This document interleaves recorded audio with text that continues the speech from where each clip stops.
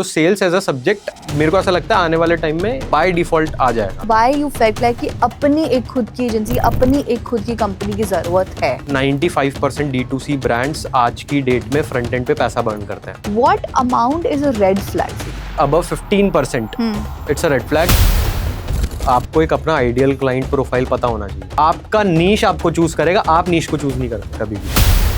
Meta ads से आपका कैक बढ़ता रहेगा। ऑडियंस हमेशा आपसे दूर या फिर कहीं और इसलिए जा रही है बाय डिफॉल्ट क्योंकि उनकी जो एक्सपेक्टेशंस थी आपसे वो फुलफिल नहीं। अगर आप हर तीसरे बंदे को यही देखोगे ये मेरा कॉम्पिटिटर है तो वो काम नहीं होगा। यूट्यूब एड्स पे आपका जो एक्विजिशन कॉस्ट है वो ज़्यादा है। कॉमेडी वाला कंटेंट, एंटरटेनमेंट, व्लॉग्स ये सब देख रहा है ना, उस पर आपका ऐड ही नहीं पहुंचे। फर्स्ट टाइम एंटरप्रेन्योर हो, थोड़ा बहुत आपको कैमरा फ्रेंडली होना चाहिए सबसे पहले। पर्सनल ब्रांड को बिल्ड करने के लिए आपको पेशेंस भी चाहिए, बहुत सारी चीज़ें चाहिए। Virality is something different and making money through that virality is something different.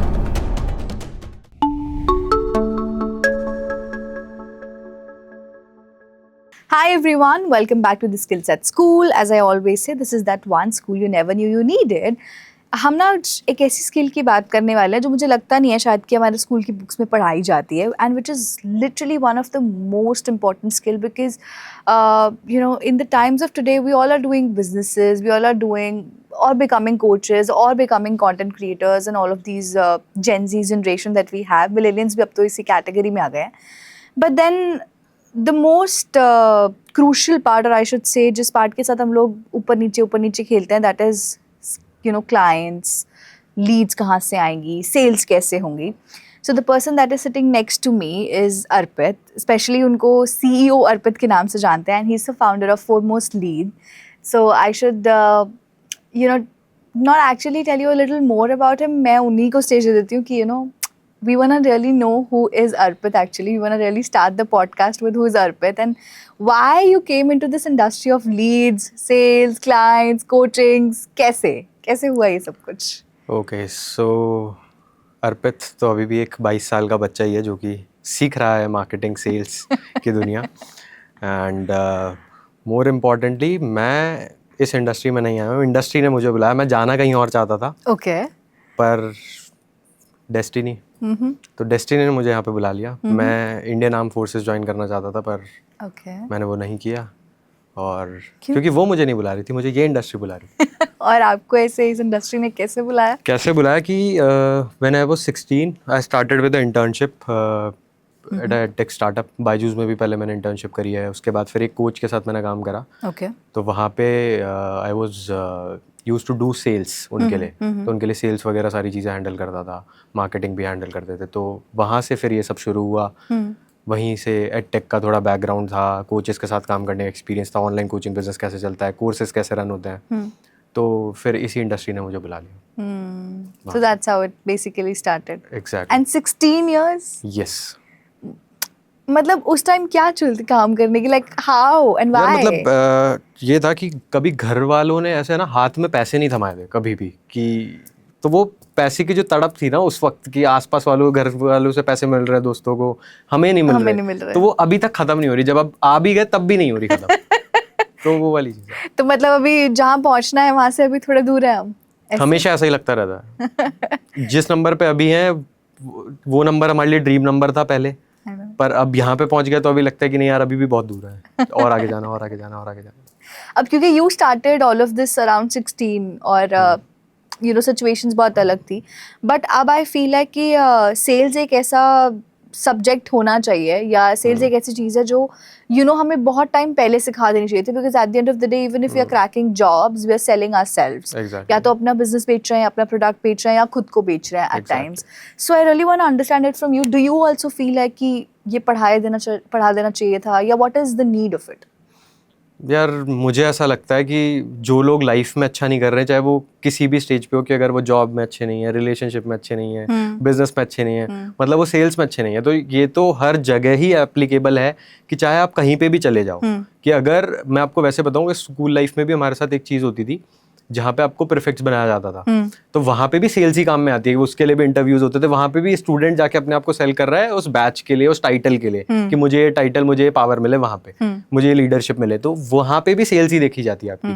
तो सेल्स एज अ सब्जेक्ट मेरे को ऐसा लगता है आने वाले टाइम में जब एजुकेशन पॉलिसी रिवाइज होगी, नए लीडर्स आएंगे, ये बाय डिफॉल्ट आ जाएगा, क्योंकि उन्हें धीरे धीरे इसकी अवेयरनेस भी फैल रही है और इम्पोर्टेंस भी उन्हें पता चल रही है कि हाँ this is something which is really very important for any business owner, और जिसको जॉब करनी है, कॉर्पोरेट में जाना है, उसके लिए भी। All right, you know this makes sense to me. Apart that, अगर मैं sales की बात करूँ, you came in the industry when you were 16, right? पर foremost lead कब आया इंडस्ट्री में, और you know why you felt like कि अपनी एक खुद की एजेंसी, अपनी एक खुद की कंपनी की ज़रूरत है? Okay, so foremost lead सबसे पहले आया 2022 में, और ये ऐसा मुझे इसलिए लगा कि मुझे ये एजेंसी स्टार्ट करनी चाहिए, क्योंकि उस पॉइंट एंड टाइम पे वहाँ पे हमारे पास बहुत सारा सेल्स का एक्सपीरियंस था, मार्केटिंग का एक्सपीरियंस था, पर हमको जब मतलब जिनके साथ मैं काम कर रहा था उस बिज़नेस को एडवर्टाइज करने के लिए, मार्केट करने के लिए बहुत सारे अलग अलग लोगों के साथ कोऑर्डिनेट करना पड़ता था कि अगर मेरे को व्हाट्सएप मार्केटिंग करवानी तो मैं किसी और के साथ करूँगा, ईमेल मार्केटिंग करानी वो किसी और के साथ करूँगा, अगर मेटा पे एड्स रन करवाने वो कहीं और से करूँगा, लैंडिंग पेज बनेगा वो कहीं और से करूँगा। सो हम चाहते थे कि यार अगर ये एक, क्योंकि एक मार्केटिंग डिपार्टमेंट का ही काम था मोर और लेस, तो हम चाहते हैं कि एक पर्टिकुलर इंडस्ट्री के लिए एक ऐसा इकोसिस्टम बनाया जा सकता है जहाँ पे उसको अंडर वन रूफ सारी चीजें मिल जाए, एंड टू एंड उसको कंप्लीट मार्केटिंग सपोर्ट मिल जाए, उसको 10 अलग अलग लोगों के साथ कोऑर्डिनेट ना करना पड़े, और वो भी उन लोगों के थ्रू जहां उन्हें उनका इंडस्ट्री स्पेसिफिक एक्सपीरियंस मिले। अब let's suppose there is a marketing agency जो डॉक्टर्स के लिए भी काम करता है, सैलून्स के लिए भी काम करता है, डेंटिस्ट के लिए भी काम करता है, कोचेस के लिए भी काम करता है, D2C ब्रांड्स के लिए भी करता है, पर जब तक आप किसी भी इंडस्ट्री को एकदम अंदर घुस के बिल्कुल इन्वॉल्व होकर उसके अंदर काम नहीं करते, आप उसका इकोसिस्टम नहीं समझ पाओगे कि इसके लिए ये भी ज़रूरी है। फॉर एग्जाम्पल अगर मैं बताऊं कि आज की डेट में हमें ये पता है कि अगर किसी भी पर्टिकुलर हमारे किसी क्लाइंट का कॉस्ट पर लीड बहुत ज़्यादा है, तो उस वाले मोड में वो सर्वाइव कैसे करेगा, एंड ऑफ द डे उसका जो टेक होम है, जो प्रॉफिट है, वो प्रॉफिटेबिलिटी निकल के कैसे आएगी, क्योंकि हम इस इकोसिस्टम में अगर आप मुझे किसी और बिजनेस के लिए बोलोगे तो हो सकता है मैं वो ना बता पाऊँ, क्योंकि मैं जब से मैंने काम करना शुरू करा, जब से मैं एडटेक, कोचेस, इसी वाली इकोसिस्टम में मैंने काम करा, तो इन एंड आउट यहाँ का मुझे सब कुछ पता है कि कैसे काम करेगा। एग्जैक्टली, तो कोचिंग एंड एडटेक में हमें पता है वो कि कैसे काम करता है, तो ऐसा कोई भी इकोसिस्टम नहीं दिख रहा था हमें। तो हमें ये लगा कि यार ये वाली चीज़ अगर हम बिल्ड करके लोगों को देते हैं कि इन एंड आउट पता भी है हमें, हम हमारी टीम को भी सिर्फ इसी पे ट्रेन करेंगे, हम उन्हें D2C की कोई मार्केटिंग नहीं सिखा रहे, हम उन्हें कोई और बिजनेस का कुछ नहीं बता रहे, हम सिर्फ इस इंडस्ट्री के स्पेसिफिक, इस इंडस्ट्री के अराउंड काम करेंगे, तो हम स्पेसिफिक एक प्रॉब्लम को सॉल्व कर पाएंगे जो कि नहीं हो रही थी उससे पहले। So that is the basically USP of your exactly itself. Makes sense. Also, because I really want to understand ये मेटा एड्स की आपने बीच में बात करी थी, and I just feel like कि कॉस्ट पर रेवेन्यू, मेटा एड्स, ये सारी चीज़ें ना अभी you know it's not working that way it should. और I should say there are a lot of changes that have happened. जैसे मैं ये बोलूँ कि पहले ब्रांडिंग सब कुछ ऑफलाइन हुआ करती थी, अब ऑनलाइन ज़्यादा हो गई है, सोशल मीडिया प्रेजेंस बहुत इंपॉर्टेंट है, all of those stuffs. Apart that लोगों को लगता है कि मेटा एड्स चलवा दिया तो यू नो सेल्स हो रहा है एक तरीके का, तो सब ठीक है, मतलब बिजनेस लोग सेल्स के लिए बनाते हैं ऑल ऑफ दैट, पर मेरे को ऐसा लगता है कि बिजनेस आपका तब ग्रो करता है जब सिर्फ एक बार सेल्स नहीं आती, बंदा रिपीटेडली कुछ लेता है, and then it's people take it to product, कि मैं प्रोडक्ट की डायरेक्ट बात कर रही हूँ, क्योंकि ऐसा नहीं है। तो you know what is that you feel like is missing, या कोचेस और कोचिंग इंडस्ट्री में गलत चल रहा है, which is something you know I should से should be addressed. should be addressed. Okay. So number one is कि लोगों की है ना एक्सपेक्टेशंस बहुत गलत है, ठीक है। वो मेटा एड्स को ये समझते हैं कि वो एक रेवेन्यू जनरेशन की मशीन है, कि मैं 10 रुपये वहाँ पे लगाऊंगा, मेरे पास 20 रुपये आ जाएंगे, बट वो नहीं है। जब आप उसको स्केल पे लेके जाओगे, जैसे जैसे आप अपनी ऑडियंस इंक्रीज़ करोगे, जो अपना बजट है उसको स्केल करोगे, आपका जो कस्टमर एक्विजिशन कॉस्ट है वो इंक्रीज़ होता रहेगा। सो आपको उसे as a revenue generation machine नहीं अज्यूम करना चाहिए, आपको उसे सिर्फ क्लाइंट एक्विजिशन अज्यूम करना चाहिए, ठीक है। दूसरी एक टर्म होती है जिसको हम बोलते हैं LTV, लाइफ टाइम वैल्यू, ठीक है। तो इस वाले केस में अगर मेरे फ्रंट एंड प्रोडक्ट में सच में वैल्यू है, तो मेरे पास रिपीट परचेजेस भी आनी चाहिए, ठीक है। कोई भी D2C ब्रांड, अगर मैं D2C इंडस्ट्री की भी बात करूं, 95% D2C ब्रांड्स आज की डेट में फ्रंट एंड पे पैसा बर्न करते हैं। अगर उसे कोई 1000 रुपीज का प्रोडक्ट सेल करना है, उसकी जो कॉस्ट पर परचेज है, जो एडवर्टाइजमेंट का कॉस्ट है, उसकी एक सेल लाने के लिए वो 1200 रुपए, तो फ्रंट एंड पे वो 200 रुपए बर्न कर रहा है। बट उसकी जो रिपीट परचेज है, क्योंकि उस प्रोडक्ट की क्वालिटी बहुत अच्छी है, उसकी पैकेजिंग बहुत अच्छी है, कस्टमर का एक्सपीरियंस बहुत अच्छा है, वहां से जो रिपीट परचेज आती है रिटेंशन मार्केटिंग के थ्रू, उससे उसकी प्रॉफिटेबिलिटी निकल के आती है ब्रांड की। Same is with coaches as well. बहुत सारे कोचेस जिनके कॉस्ट पर लीड ज्यादा आते रहते हैं, वो हमेशा इस चीज के पीछे भागते रहते हैं कि यार हमें कॉस्ट पर लीड कम करना है, कम करना है।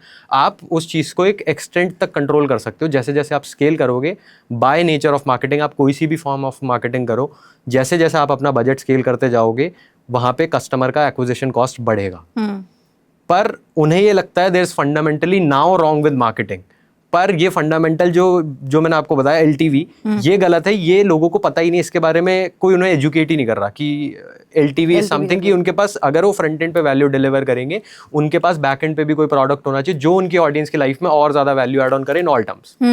पर जिसने एक ही कोर्स बनाया है, जिसको सिर्फ वो एक कोर्स बेचना है एज अ कोच, है ना, उसको ये चीज़ें समझाना या बैकएंड पे कोई प्रोडक्ट तैयार करना कि अच्छा ठीक है, अब ये बंदे ने ये ले लिया है तो अगला वो क्या लेगा मेरे लिए, वो अंडरस्टैंड करना मुझे लगता है उसके लिए नोबडी वाज देयर है। नोबडी इतना ओपनली किसी ने बात भी नहीं किया। Plus if I tell you, एक चीज़ ये भी मैंने देखी है जो मैं मिथ बर्स्ट आउट करना चाह रही हूँ कि अगर मान लो कोई कोर्स हम लेते हैं, ठीक है, एंड उस बंदे को समझ ही नहीं आया कि उस कोर्स में क्या हो गया। जैसे Ankur Warikoo also has this refund policy, है ना, and people are applying for refund regardless of their getting results और not getting results, at least they are not getting the value that they wanted, जो वो बोला गया उनको, ठीक है। So this is also one thing. So I really want to understand कि ये इसका क्या लॉजिक है। जैसे मान लो आपको बैकएंड का प्रोडक्ट तैयार करना है, this is one thing that is very important, जो आपने ऑलरेडी बता दिया।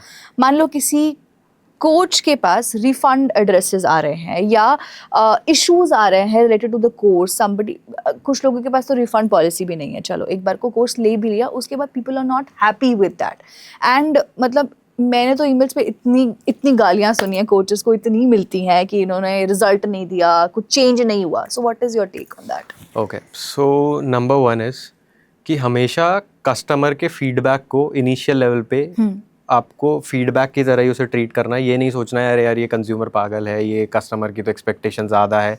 अगर आप उसकी एक्सपेक्टेशंस को फुलफिल नहीं कर पा रहे, या तो आपका जो कस्टमर ऑनबोर्डिंग का प्रोसेस है उसमें कुछ ना कुछ लैग है, इसीलिए वो एक्सपेक्टेशंस मीट नहीं हो पा रही, या फिर आप ओवर कमिटमेंट कर रहे हो, अंडर डिलीवर कर रहे हो।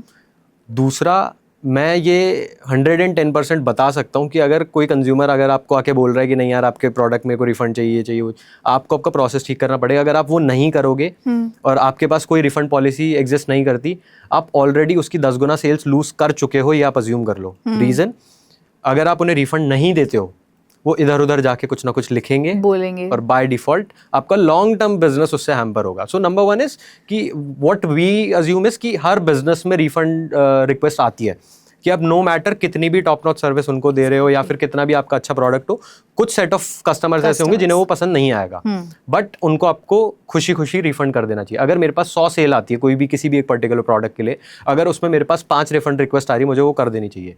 एट द सेम टाइम मुझे ये भी काम करना चाहिए कि ये 5 रिक्वेस्ट क्यों आई है, कि या तो मैं ऐसे कस्टमर्स को फॉल्स प्रॉमिस करके अट्रैक्ट कर रहा हूँ जो आने ही नहीं चाहिए थे, तो मुझे वो हटाना पड़ेगा, या फिर मेरे को ऑनबोर्डिंग प्रोसेस में कुछ इंप्रूव करना पड़ेगा जिससे कि उनकी एक्सपेक्टेशंस एकदम राइट सेट हो जाए और वो मुझे रिफंड की रिक्वेस्ट ना डाले।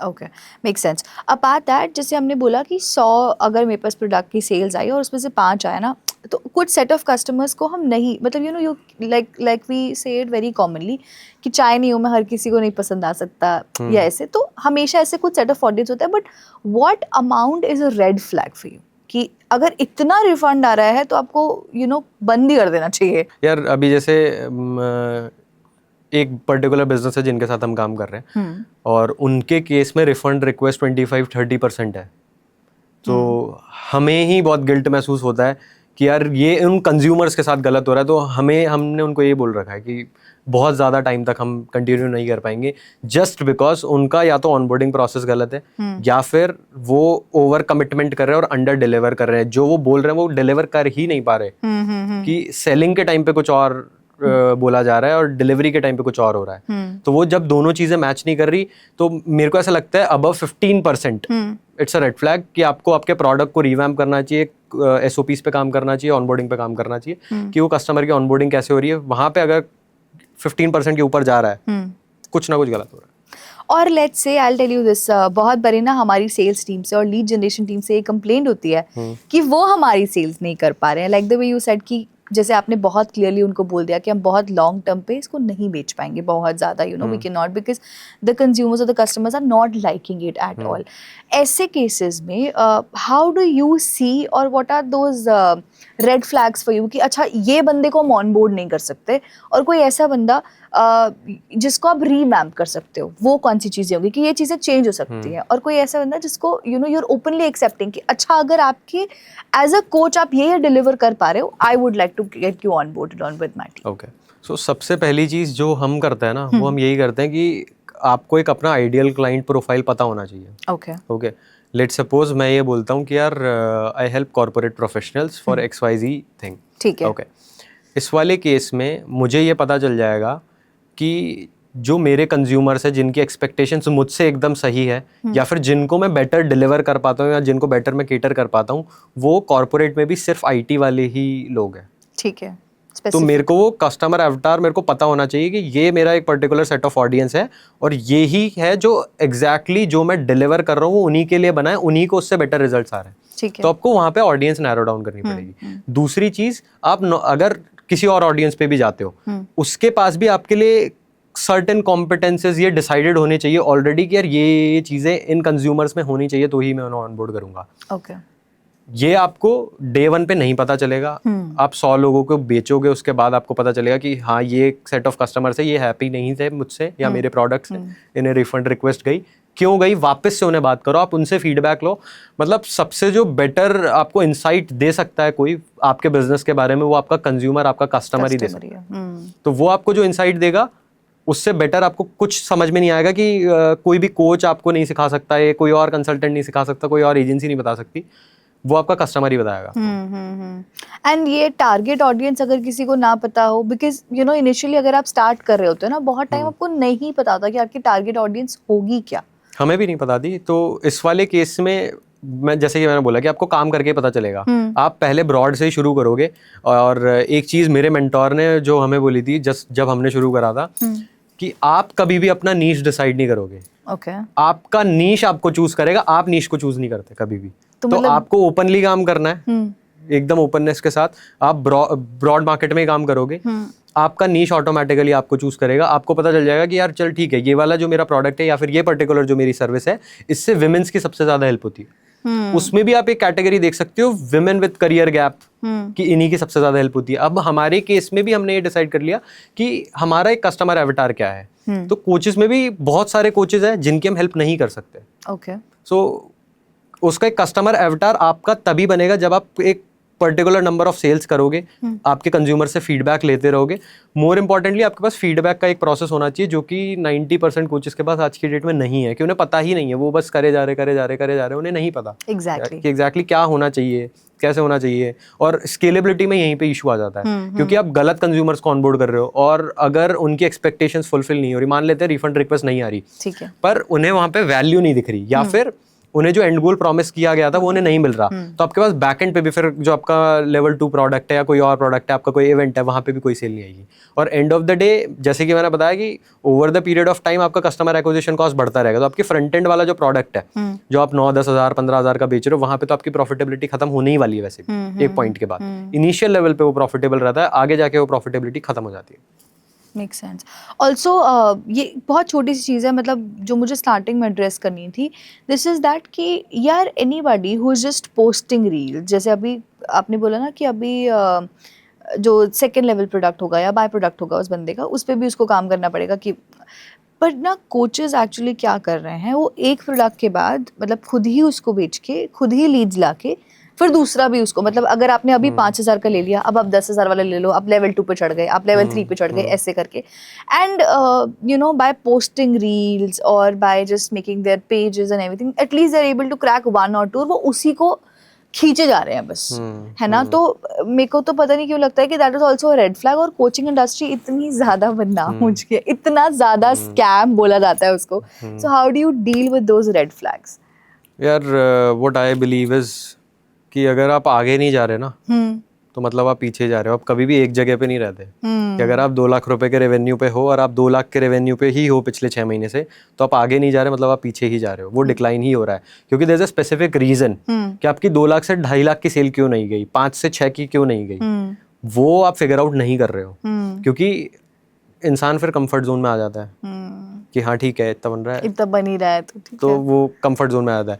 दूसरी चीज, ये उन्हें रियलाइज तब होगा कि एक पॉइंट आएगा जब उनका कस्टमर एक्विजिशन कॉस्ट बढ़ेगा, जब वहाँ पे उनकी प्रॉफिटेबिलिटी कम होगी, तब उन्हें रियलाइज होगा कि यार मेरे पास पीछे भी कुछ होना चाहिए। पीछे कब वो सेल होगा, मतलब मैं आपको बता रहा हूँ, आपको ये सोचना भी नहीं पड़ेगा। अगर आप इनिशियल लेवल पे एज अ कोच अगर आप कुछ भी एक प्रोडक्ट सेल कर रहे हो, आपकी ऑडियंस आपको बताएगी कि अब आपको लेवल 2 प्रोडक्ट लॉन्च करना है। आपकी ऑडियंस खुद आपसे पूछेगी कि यार कुछ 1-to-1 कंसल्टेशन होती है आपकी, कुछ ग्रुप कोचिंग होती है जिसमें आप बेटर लेवल ऑफ सपोर्ट आप मुझे दे पाओ या मुझ पे ज्यादा अटेंशन दे पाओ। वो आपकी ऑडियंस आपसे खुद मांगेगी कि या फिर कोई लाइव एक्सपीरियंस, कोई इवेंट कुछ आप कर रहे हो, तो वो अगर आपका प्रोडक्ट बहुत अच्छा है, ऑनबोर्डिंग प्रोसेस बहुत स्मूथ है, उस पर्टिकुलर प्रोडक्ट में आप वैल्यू एड ऑन कर पा रहे हो उनकी लाइफ में, 110% आपकी ऑडियंस आपसे वो प्रोडक्ट मांगेगी कि आपका नेक्स्ट ऑफर क्या है। अगर वो नहीं मांग रही है मतलब आपके उसमें दिक्कत है। And let's say any coach who starts off their journey, right, वो कोचिंग इंडस्ट्री में आ गए हैं, उनको नॉलेज भी काफ़ी है, but they are not able to portray that knowledge, है ना। कभी कभी क्या होता है ना, coaches like the way you said under deliver कर देते हैं। ऐसा नहीं कि कोच में कोई प्रॉब्लम है, they are doing in a lot of efforts, they are putting in the efforts that is needed, पर वो आ नहीं पा रहा। तो in that case how do you deal with those situations? किस केस में नहीं आ पा रहा है? कि रेवेन्यू नंबर्स में? नहीं, वैल्यू प्रोवाइडिंग नंबर्स में। चलो let's take it in value also, let's take it in revenue also. Okay यार, वैल्यू के टर्म्स में तो मैं ये बोलूँगा कि या तो आपका ऑडियंस का सिलेक्शन ठीक नहीं है, ठीक है, कि जिसकी लाइफ में आप मैक्सिमम वैल्यू ऐड ऑन कर सकते हो। अब लेट्स सपोज मैं आपको वैसे बताता हूँ कि अगर बहुत सारे ई कॉमर्स के कोचेज हैं इंडिया में, बहुत सारे मेक मनी ऑनलाइन वाले कोचेज हैं जो ड्रॉप शिपिंग कराते हैं, ई कॉमर्स, अफिलिएट मार्केटिंग, बहुत सारे कोचेज हैं। इनके केसेस में ये लोग जो ऑडियंस पिक करते हैं वो होते हैं स्टूडेंट्स, ठीक है, कॉलेज स्टूडेंट्स के साथ प्रॉब्लम ये है, वो बहुत ज़्यादा सीरियस नहीं है, उसमें कुछ इन्वेस्ट करना पड़ता है, वो इन्वेस्ट करते नहीं है, एंड ऑफ द डे वो रिफंड मांगते हैं। और वहाँ पे कुछ बहुत ही कम परसेंटेज ऑफ स्टूडेंट्स अगर अप्लाई कर भी लेते हैं, उन्हें थोड़ा बहुत रिजल्ट भी मिल जाता है, तो भी वो हायर लेवल ऑफ प्रोग्राम पे नहीं जा पाएगा। अब आपके एंड से as a e commerce coach, as a make money online coach, आपने 110% वहाँ पे आपके एंड से वैल्यू एड ऑन करी, आपने सारा एफर्ट डाला, सारे सिस्टम, सारी स्ट्रैटेजीज उनके साथ शेयर करी, बट जस्ट बिकॉज वो एक स्टूडेंट है, वो एक कॉलेज स्टूडेंट है, उसके पास डिस्ट्रैक्शन बहुत ज़्यादा है, तो वो उसको इम्प्लीमेंट नहीं करेगा, पेइंग कैपेसिटी नहीं है, बहुत सारे इश्यूज है, तो वो उसको इम्प्लीमेंट नहीं करेगा और उसका खामियाजा आपको भी भुगतना पड़ेगा। ठीक है, अगर सिमिलरली मतलब एक हमारे पास एफिलिएट मार्केटिंग के कोच है, वो वर्किंग प्रोफेशनल्स के साथ काम करते हैं, उनके केस में भी प्रोडक्ट वही है, पर उनका जो ऑडियंस सिलेक्शन है वो वर्किंग प्रोफेशनल्स है। हाँ, तो उस वाले केस में जो वैल्यू एड ऑन हो पा रहा है कंज्यूमर्स की लाइफ में भी, कोच की लाइफ में भी, दोनों साइड से, तो वो ऑडियंस का सिलेक्शन बहुत ज्यादा इंपॉर्टेंट है। और वहां पे फिर दोनों नंबर्स आपके मीट होंगे, मतलब वैल्यू वाइज भी आपको पता चलेगा कि हाँ यार मेरे इतने कंज्यूमर्स ऑनबोर्ड हुए थे और इतने कंज्यूमर से मेरा सेकंड प्रोडक्ट भी मांगा या फिर परचेज किया। दूसरा, कोच को रेवेन्यू नंबर्स में भी फर्क पता चले कि वहाँ पे बेटर कन्वर्जन रेट है और अपसेल का जो रेशो है वो भी ज्यादा है। और अगर मैं रेवेन्यू की बात करूँ इन टर्म्स ऑफ एवरीथिंग ना, तो आई टेल यू दिस, अभी आजकल तो performance marketing is also one thing that is going on. कुछ लोग मेटा एड्स के थ्रू ही कर रहे हैं, पर they don't know the difference as such की डिस्ट्रीब्यूशन में या परफॉर्मेंस मार्केटिंग में या उनके मेटा एड से क्या फ़र्क एक्चुअली पड़ेगा या क्या इंपॉर्टेंट है, ये एनालाइज कैसे करना है? यार मैं आपको वैसे बता सकता हूँ कि end of the day Meta ads से आपका कैक बढ़ता रहेगा, ठीक है, हम खुद एजेंसी चला रहे हैं, फिर भी मैं ये बोलता हूँ सबको, अगर वो कंटेंट नहीं डालेगा, डिस्ट्रीब्यूशन बिल्ड नहीं करेगा, तो उसके पास कोई और ऑप्शन नहीं है, उसे क्विट करना पड़ेगा फिर लॉन्ग टर्म में। क्योंकि स्टार्टिंग में तो मेटा एड्स चल रहे हैं, उसके स्टार्टिंग में चलेंगे, पर अभी क्योंकि लेट्स सपोज मैं स्टार्ट करता हूँ 3,000-4,000 पर डे के बजट से, ठीक है, ये बजट बहुत नॉमिनल बजट है। जिस दिन मैं 2 लाख रुपए पर डे के बजट पे जाऊंगा, मेरा जो एक्विजिशन कॉस्ट है वो 3 गुना हो जाएगा।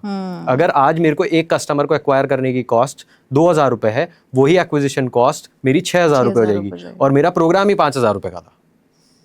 तो वहां पे मैं फ्रंट एंड पे 1000 रुपीज बर्न कर रहा हूँ। पर अगर आपको इसको कंट्रोल करना है तो आपके पास डिस्ट्रीब्यूशन होना चाहिए, ऑर्गेनिक का आपके पास व्यूज होने चाहिए, विजिबिलिटी होनी चाहिए। वो अगर आपके पास होती है बाय डिफॉल्ट उसको मेटा भी सपोर्ट करता है और वहां से भी आपकी जो कॉस्ट पर एक्विजिशन है वो कम होती है। दूसरी चीज, आपको कन्वर्जन नंबर्स में भी फर्क पता चलता है कि लेट्स सपोज एक कोच है जिनके पास 5 लाख फॉलोअर्स है, ठीक है, उनका जो कन्वर्जन रेट है वो फार फार फार बेटर होगा किसी ऐसे कोच से जिनके 10,000 फॉलोअर्स है। उसका रीजन यही है क्योंकि ऑडियंस उस पर ज्यादा ट्रस्ट करती है, उसका जो कंटेंट है वो उन्हें रेगुलरली नर्चर कर रहा है, एजुकेट कर रहा है, तो वहां पे कन्वर्जन रेट ऑटोमेटिकली बेटर हो गया। और वो एक नोन फेस है ना उसकी इंडस्ट्री में, तो उससे बहुत फर्क पड़ता है। तो वहां से कस्टमर एक्विजिशन कॉस्ट आपका कम होता ही है और डायरेक्टली इंपैक्ट करता है। पर वो वैसे ऑडियंस के लिए या फिर ऑडियंस के लिए भी नहीं, मैं बोलूंगा कोचेस के लिए वो मेजरेबल नहीं है, तो इसलिए वो उस पर इतना ध्यान नहीं देते। मेटा एड्स पे उन्हें लगता है कि ठीक है आज मैंने 50,000 रुपए लगाया, मेरे 80,000 रुपए वापस आ गए, 1 लाख रुपए वापस आ गए। बट बहुत सारी चीजें ऐसी है जिनको आप मेजर करने के लिए आपको बहुत एफर्ट डालना पड़ेगा। अब जैसे एक चीज हम करते हैं, यूटीएम पैरामीटर सेट करते हैं। तो इंस्टाग्राम के बायो में जो लिंक जा रही है उसमें यूटीएम होता है, तो हमें पता चलता है इंस्टाग्राम से इतनी लीड चाहिए। तो वो ये सारी चीजें इंपॉर्टेंट है, पर ऐसे सरफेस आउट नहीं करती कि मैंने इतना कंटेंट पोस्ट करा उसका क्या ही इंपैक्ट आया। लोगों को लगता है मैंने इतने पॉडकास्ट शूट करे उसका क्या ही इंपैक्ट आया। तो पर वो इंपैक्ट लॉन्ग टर्म में आपको बहुत लेवरेज देगा। क्योंकि वो दिखता नहीं है ना, वो ऑन द स्पॉट आपको उसका, जैसे अभी I tell you this because on the spot की हम लोग बात कर रहे हैं ना, इट्स ऑल अबाउट स्पॉन्टेनियस चीजें बस हमें मिल गई है, या हम रील्स के थ्रू भी एक कंज्यूमर को भी आपको रोके रखना कितना इम्पोर्टेंट है for the sales to happen. That is also I feel है कि वो इतना ज़्यादा हम डिस्ट्रैक्टेड हो चुके हैं कि आज इसको देखा कल उसको देखा। तो how do you deal with this also, क्योंकि मुझे लगता है कि उसको होल्ड करना at least for that particular period of time, कि वो एटलीस्ट उस कोच को सुने, वो कैसे चेंज करते हो? Under commitment over delivery. अगर आप कमिट बहुत ज्यादा करो, डिलीवर नहीं कर रहे तो दिक्कत है। हाँ. अगर आप कमिट कम कर रहे हो, जो उसे चाहिए वही कमिट कर रहे हो, हाँ. पर आपने उसकी जगह 4 एडिशनल सेशन करे जिससे उसकी लाइफ में कुछ इम्पैक्ट आ रहा है, बेटर इम्पैक्ट आ रहा है, उसे कहीं और जाने की जरूरत ही नहीं है।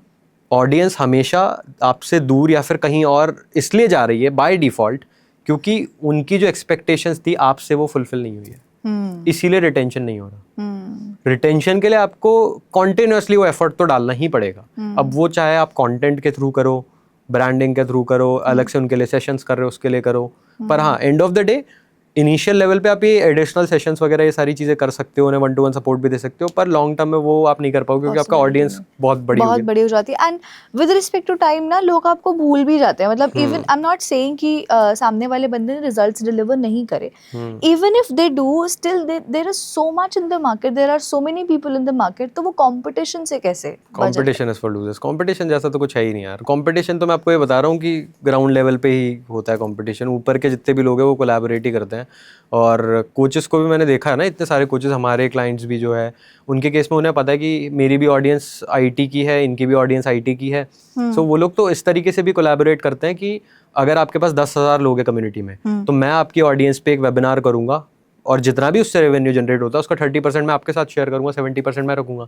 पर वो जो 30% वाला रेवेन्यू वो आपके लिए पैसिव है ना, बिल्कुल। आपको सिर्फ कुछ नहीं करना, आपको अपनी कम्युनिटी में मुझे इंट्रोड्यूस करना है, और आपके लिए वो एडिशनल रेवेन्यू ही है। और वो जो रेवेन्यू आपके पास है वो तो ऑलमोस्ट प्रॉफिट ही है आपके लिए, क्योंकि उसका कोई एक्विजिशन कॉस्ट नहीं है। मेरे लिए भी जो रेवेन्यू है वो भी एक्विजिशन कॉस्ट नहीं आया उस पर।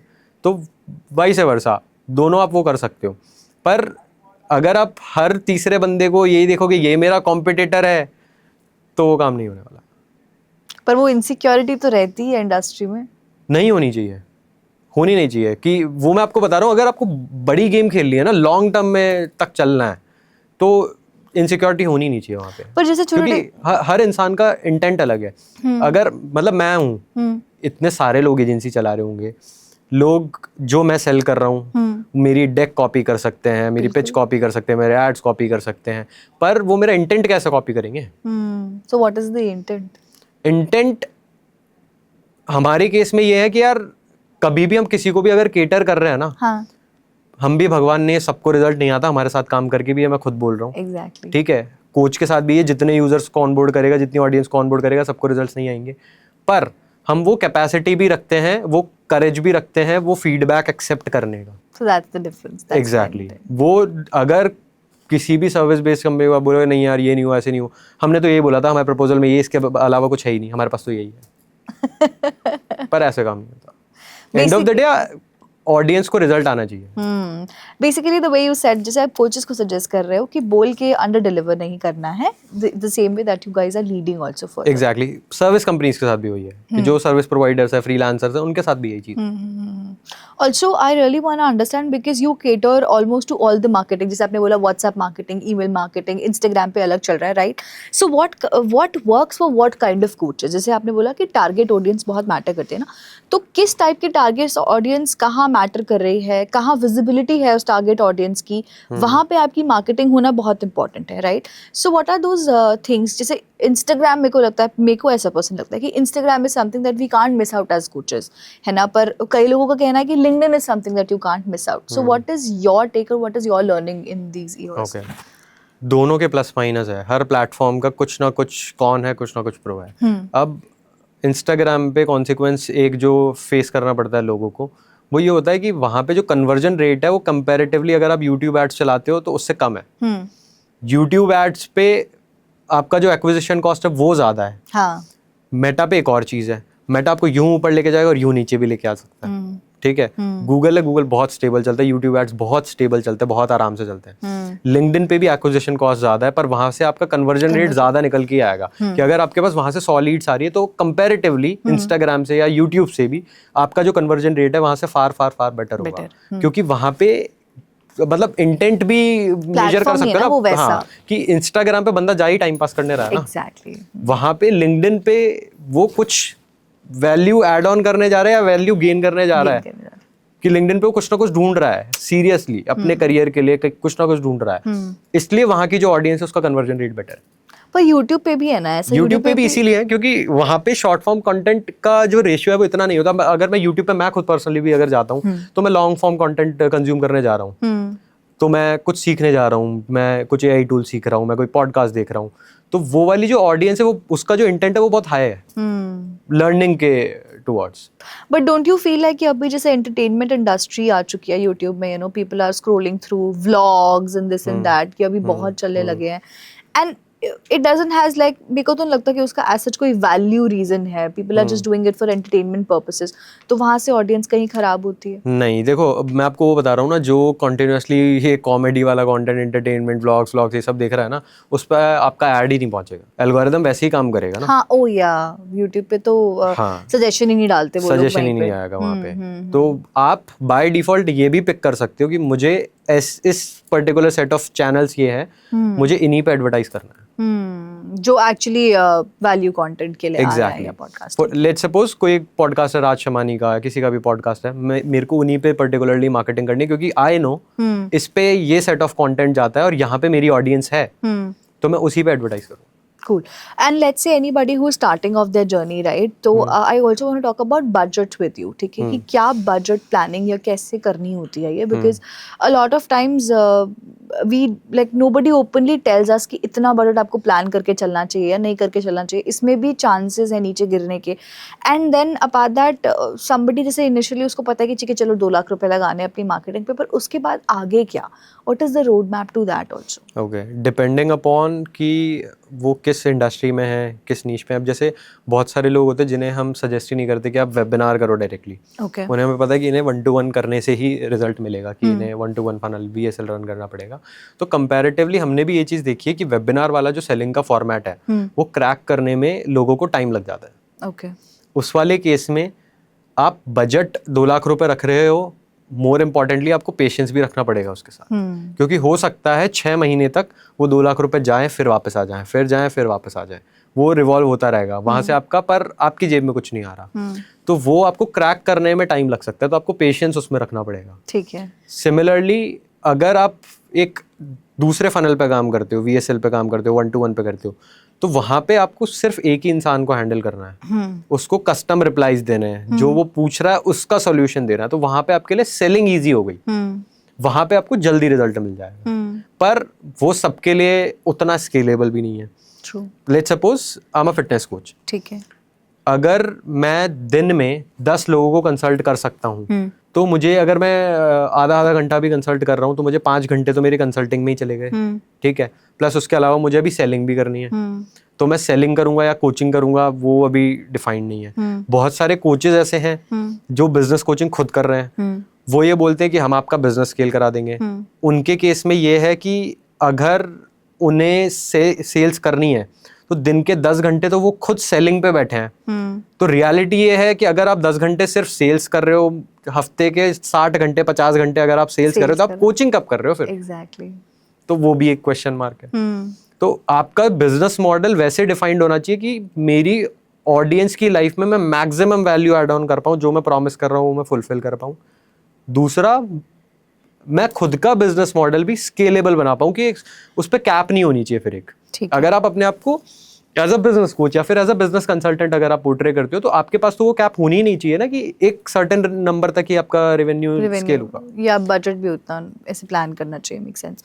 Also anybody who is starting off as a coach right now, है ना, when is the right time to get these sales and marketing done? क्योंकि अभी तो उसके पास ऑडियंस ही नहीं है, ठीक है। अब जो ऑडियंस आएगी वो सारी मार्केटिंग करके ही आएगी, ठीक है। और कहीं पे अगर बैकफायर कर गया ये प्लान, वेयर, क्योंकि अभी इनिशियल फेज है, दे ऑल्सो डोंट नो कि क्या होगा क्या नहीं होगा। वो जो बोल रहे हैं वो पसंद भी आएगा किसी को या नहीं आएगा।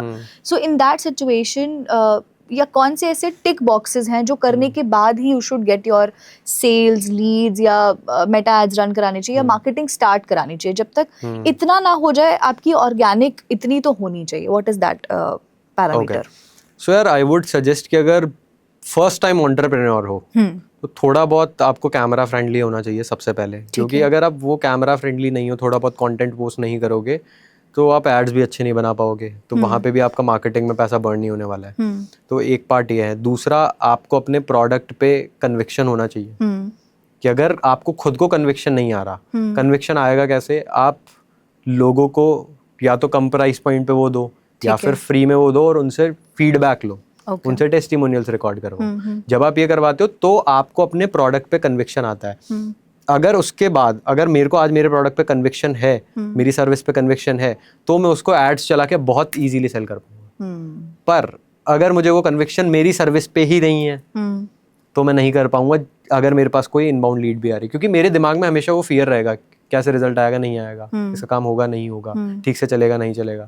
अगर वो आपके दिमाग में चल रहा है मतलब आपको आपके प्रोडक्ट पे कन्विक्शन नहीं है। तो सबसे पहले जो आपको वो कन्विक्शन आना चाहिए कि हाँ मेरा प्रोडक्ट इनकी लाइफ में सच में वैल्यू ऐड ऑन कर पाएगा, इनकी प्रॉब्लम सॉल्व कर पाएगा। वो उसके बाद उसके बाद हाँ सेल्स मार्केटिंग की बाद में आई हो। ठीक है, because we've almost talked about all the pointers that I wanted to cover. There's one thing that I want to break the myth और talk about it, क्योंकि sales को लेके, leads को लेके ना बहुत ज़्यादा ऐसे opposite direction में ही बोला जाता है। rather than positive it is more negative, knowing कि हमारे को तो leads नहीं आती या इतना पैसा लगा दिया फिर भी कुछ नहीं हुआ and all of those things, right? So what are those myths or what are the things that you want to burst out by saying कि आप ये तो देखिए, बिकॉज बहुत बारी ना ऐसा होगा from whatever journey you guys have been from 2022 till so far 4 साल हो गए almost, your learning would have been completely different और हर क्लाइंट से या हर कोच से आपको कम्प्लीटली डिफरेंट लर्निंग मिली होगी। जो एज योर यूएसपी या इंटेंट सेज कि हम फीडबैक के लिए ओपन रहते हैं। देयर विल बी केसेस जहाँ एज एन एजेंसी हम भी कई बार गलत हो जाते हैं या हमें भी चीज़ें कैच नहीं होती, but there will be cases जहाँ कोचेस भी गलत होते हैं and upfrontly you can't say everything which was needed. So I really want to understand that. यार इस वाले केस में है ना, मतलब एक फैक्टर नहीं, उनका माइंडसेट भी एक बहुत बड़ा फैक्टर है। जैसे कि मैंने बोला कि वो फर्स्ट टाइम एंटरप्रेन्योर है तो उनकी एक्सपेक्टेशन बहुत गलत होती है बिजनेस से कि रिजल्ट जल्दी चाहिए, रिजिडिटी भी होती है ना। हाँ रिजिडिटी भी होती है कि नहीं यार, मतलब बहुत सारे कोचेस होते हैं हाँ ऐसे ही होना चाहिए, मेरा ये कोर मार्केटिंग मैसेज ही उनका गलत है। तो जैसा आपने बोला ना कि हमने इतना स्पेंड कर दिया, इतना बर्न कर दिया, फिर भी लीड्स नहीं आ रही, क्योंकि आपका कोर मार्केटिंग मैसेज ही गलत है, आप टारगेट ही गलत लोगों को कर रहे हो। तो वहाँ पे आपका पैसा 110% बर्न होगा ही होगा। और मैं आपको लिख के दे सकता हूँ कि अगर आपका कंटेंट ऑर्गेनिकली वहाँ पे अगर आपने अपना मार्केटिंग मैसेज क्रैक कर लिया, क्लियर कर लिया, तो उस वाले केस में आपके पास वहां से इनबाउंड लीड्स भी आएगी, भले आपके बहुत ज्यादा फॉलोअर्स ना हो पर फिर भी आपके पास वहां से 1 2 3 4 लीड्स वहां से आएगी। वो आपका कोर मार्केटिंग मैसेज एकदम क्लियरली डिफाइंड होना चाहिए, किस टारगेट ऑडियंस के लिए वो डिफाइंड होना चाहिए, और फिर आपको अपनी एक्सपेक्टेशंस के हिसाब से भी उसे वो करना है। क्योंकि लेट्स सपोज मेरे साथ अगर आज की डेट में कॉलेज स्टूडेंट्स काम करने के लिए रेडी है कि हम आपको इतना पैसा पे करेंगे, आप हमारा कोचिंग बिजनेस लॉन्च करा दो, स्टार्ट करवा दो, वो रेडी है। बट मुझे ये पता है उनके साथ काम करके मुझे बहुत सारे चैलेंजेस आने वाले हैं, तो मुझे भी डिसाइड करना पड़ेगा कि मैं उनके साथ काम करना चाहता हूँ एक्चुअल में या नहीं करना चाहता, ये मेरे साथ लॉन्ग टर्म रिटेन होंगे या नहीं होंगे। ठीक है, वो कोचेस को नहीं पता। उनके केस में इनिशियली, क्योंकि वो फर्स्ट टाइम एंटरप्रेन्योर्स है मोस्टली, और उनको ये लगता है कि यहाँ से रेवेन्यू आ रहा है, आने दो, पर वो लॉन्ग टर्म की वो कैलकुलेशन नहीं लगा पाते कि सच में मैं इनकी लाइफ में वैल्यू ऐड ऑन करूंगा, नहीं करूंगा, कैसे करूंगा। तो इवेंचुअली वो क्विट कर ही देते। मैं आपको ये रियलिटी बता रहा हूँ, जिन लोगों के एड्स आपको 2022-23 में दिखते थे, उनके एड्स आपको बहुत सारे कोचेस ऐसे जिनके एड्स नहीं दिखते, वो वापस से कॉर्पोरेट अपनी लाइफ में वापस वैसे ही हो गए हैं, they have gone back to corporates. Exactly. Just because of that mindset, that rigidity, feedback accept करने की कैपेसिटी ना होना, यही रीज़न है बस, और कोई रीज़न नहीं है। दूसरा लोग, मतलब कोचेस को हम ये भी बोलते हैं, हमारे पास कोई भी अगर ऐसे कोच आते हैं, हम उनको ये भी बोलते हैं कि आपको खुद का बहुत ज़्यादा दिमाग लगाना ही नहीं है। आप अगर इतना दिमाग, मतलब ऑलरेडी मैं तो ये बोलता हूँ कि अगर आपकी नीश में, आपकी इंडस्ट्री में कोई एक पर्टिकुलर कोच है, कोर्स क्रिएटर है, कंसल्टेंट है, अगर उसके लिए जो उसका मार्केटिंग मैसेज काम कर रहा है, उसके अकॉर्डिंग सेम मार्केटिंग मैसेज को यूज करके क्या आप अपना प्रोग्राम बिल्ड कर सकते हो या नहीं कर सकते हो। अगर कर सकते हो तो यूज दैट। आप मार्केटिंग मैसेज सेम ही रख सकते हो ना, आपको क्यों वापस से उस पर रिसर्च करनी है, क्यों खुद का नया मार्केटिंग मैसेज बनाना है, क्यों 15 चीजें टेस्ट करनी है। जो ऑलरेडी कुछ काम कर रहा है आप उसी को यूज करो। But then somebody is very rigid and saying कि you know their intent, their things, the way they wanna portray is completely different. फिर उससे कैसे डील करें? वो मैं आपको बता रहा हूँ ना कि किस बिहाफ पे आप ये बोल रहे हो कि मेरे को ये मार्केटिंग मैसेज टेस्ट करना। आपके पास अभी पास में कोई एक्सपीरियंस ही नहीं है ना उस चीज का। आपको पहले रेवेन्यू चाहिए। अगर मेरे पास 5 लाख रुपए का रेवेन्यू आ रहा है, I can put 50,000 rupees just for testing की मुझे 3-4 ये मार्केटिंग मैसेजेस है, ये मेरे को टेस्ट करने हैं, इस टाइप के एड्स टेस्ट करने हैं, इस टाइप की पोजीशनिंग टेस्ट करनी है। वो आप तब कर सकते हो और वो तब करना ही ठीक है।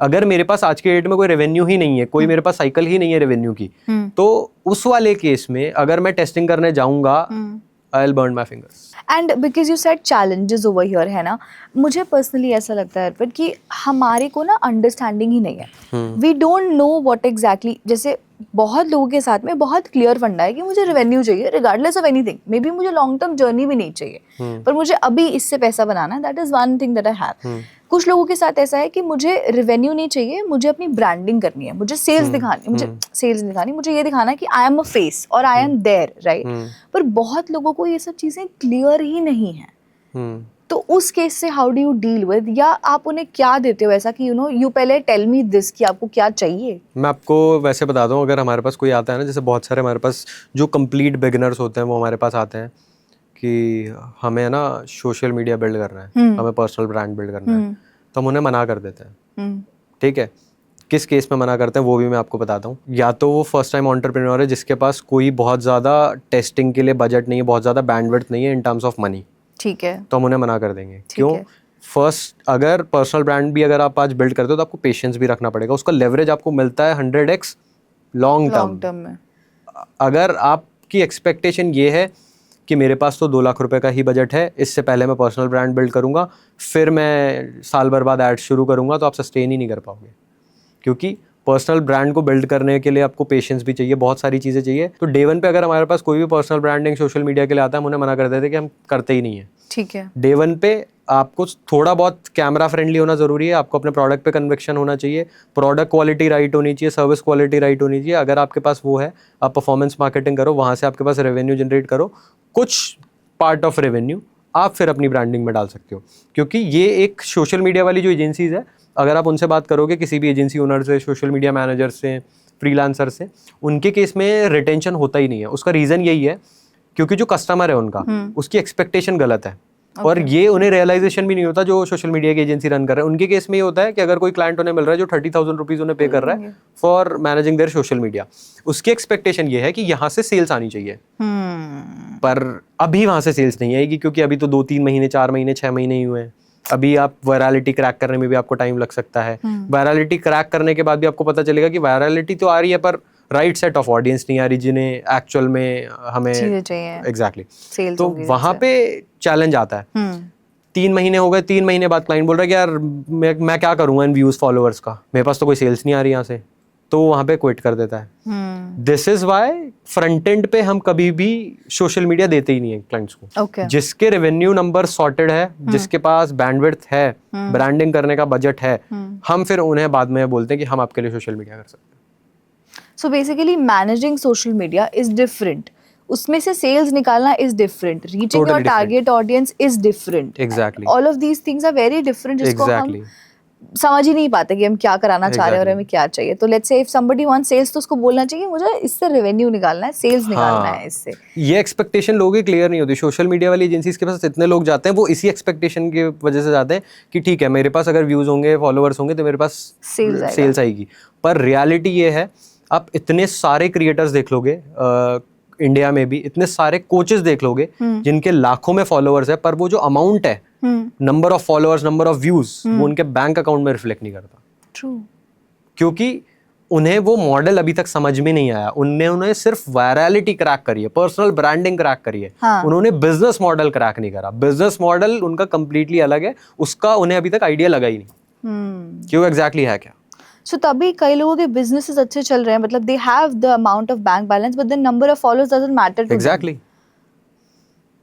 इतने सारे क्रिएटर्स, मतलब हमारे भी कुछ क्लाइंट्स हैं जिनका ऑन एन एवरेज 20-25 लाख का रेवेन्यू है। ठीक है। और उनका इंस्टाग्राम अकाउंट भी हमने क्रिएट करा है जब हमें एड्स रन करने थे। तो वो भी एक चीज़ है। तो रियलिटी यही है कि आपको ब्रांडिंग पे काम करना पड़ेगा, वो आपके लिए ऑप्शनल नहीं है। पर अभी आपके लिए क्या सही है और क्या गलत है, वो आपको एक चूज करना पड़ेगा।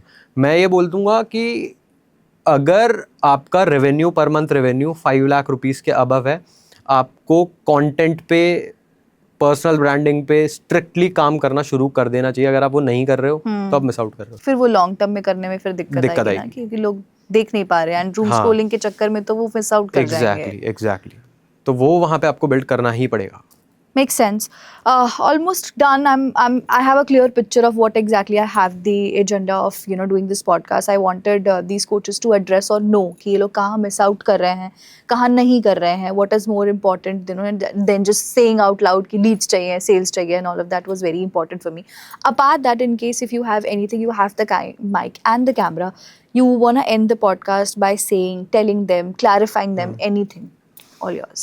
यार what I would suggest is कि सबसे पहले है ना, उन्हें अपने माइंडसेट पे काम करना चाहिए कि आपकी एक्सपेक्टेशन एकदम क्लियर सेट होनी चाहिए।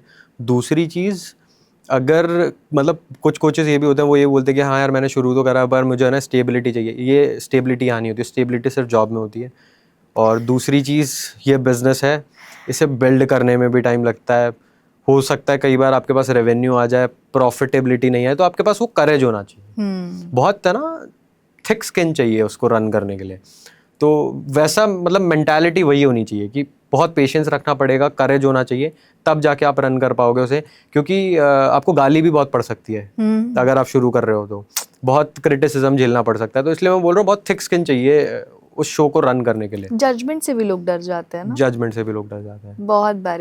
they've never faced camera and now all of a sudden everyone is just saying कि क्या लग रहा है। एग्जैक्टली। तो वो बंद कर देते हैं, एकदम गायब हो जाते हैं। So makes sense to me, everything was knowing everything was a deal breaker for me abhi ke liye. Also, I play this rapid fire round in the end of the podcast. So what are you binge watching on right now? मैं एक podcast देख रहा हूँ अभी फिलहाल तो, जो मैंने 5 टुकड़ों में देखा है, पर अभी भी आधा भी खत्म नहीं हुआ। वो है खान सर का और राज शमानी का podcast. Oh, that's so nice. I am also watching that. Apart that, which book do you want to refer people? Sell like crazy, ये मेरी पहली बुक है जो मैंने कंप्लीट करी थी, और मेरे को ऐसा लगता है इस बुक ने मतलब बहुत अच्छे लेवल का इम्पैक्ट मेरे ऊपर डाला है। तो सेल लाइक क्रेजी बाय साबरी सूबी। Oh, nice. Apart that, one myth that you want to break out for social media?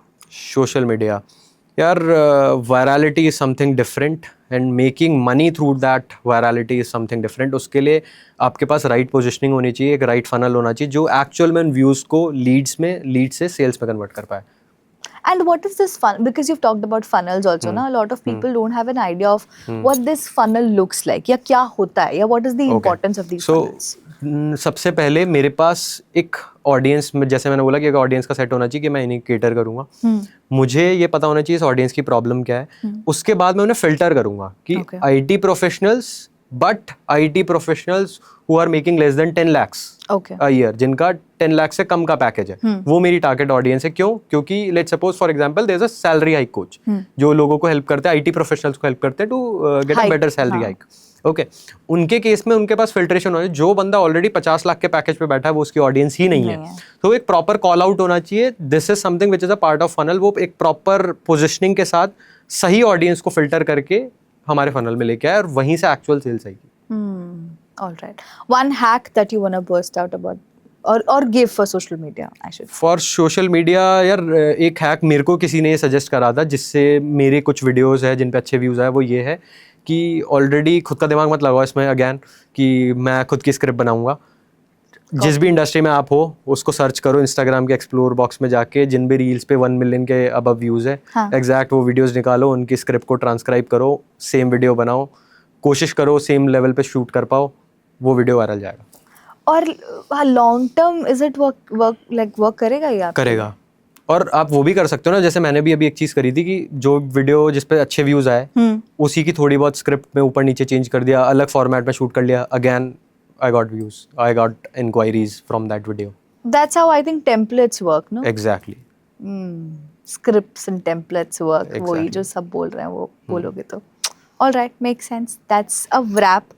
That's how we come to at the end of the podcast. Thank you everyone for watching. I hope it was informative. I hope आप अर्पित की agency को reach out करोगे और अर्पित आपको मना नहीं करेगा, ठीक है? आप उनके सारे टिक बॉक्सेस को एक्चुअली टिक करोगे and that's how you will build a business with him. So thank you Arpit, thank you for coming. Thank you so much. Thank you for Thank you giving so your much for time. your time.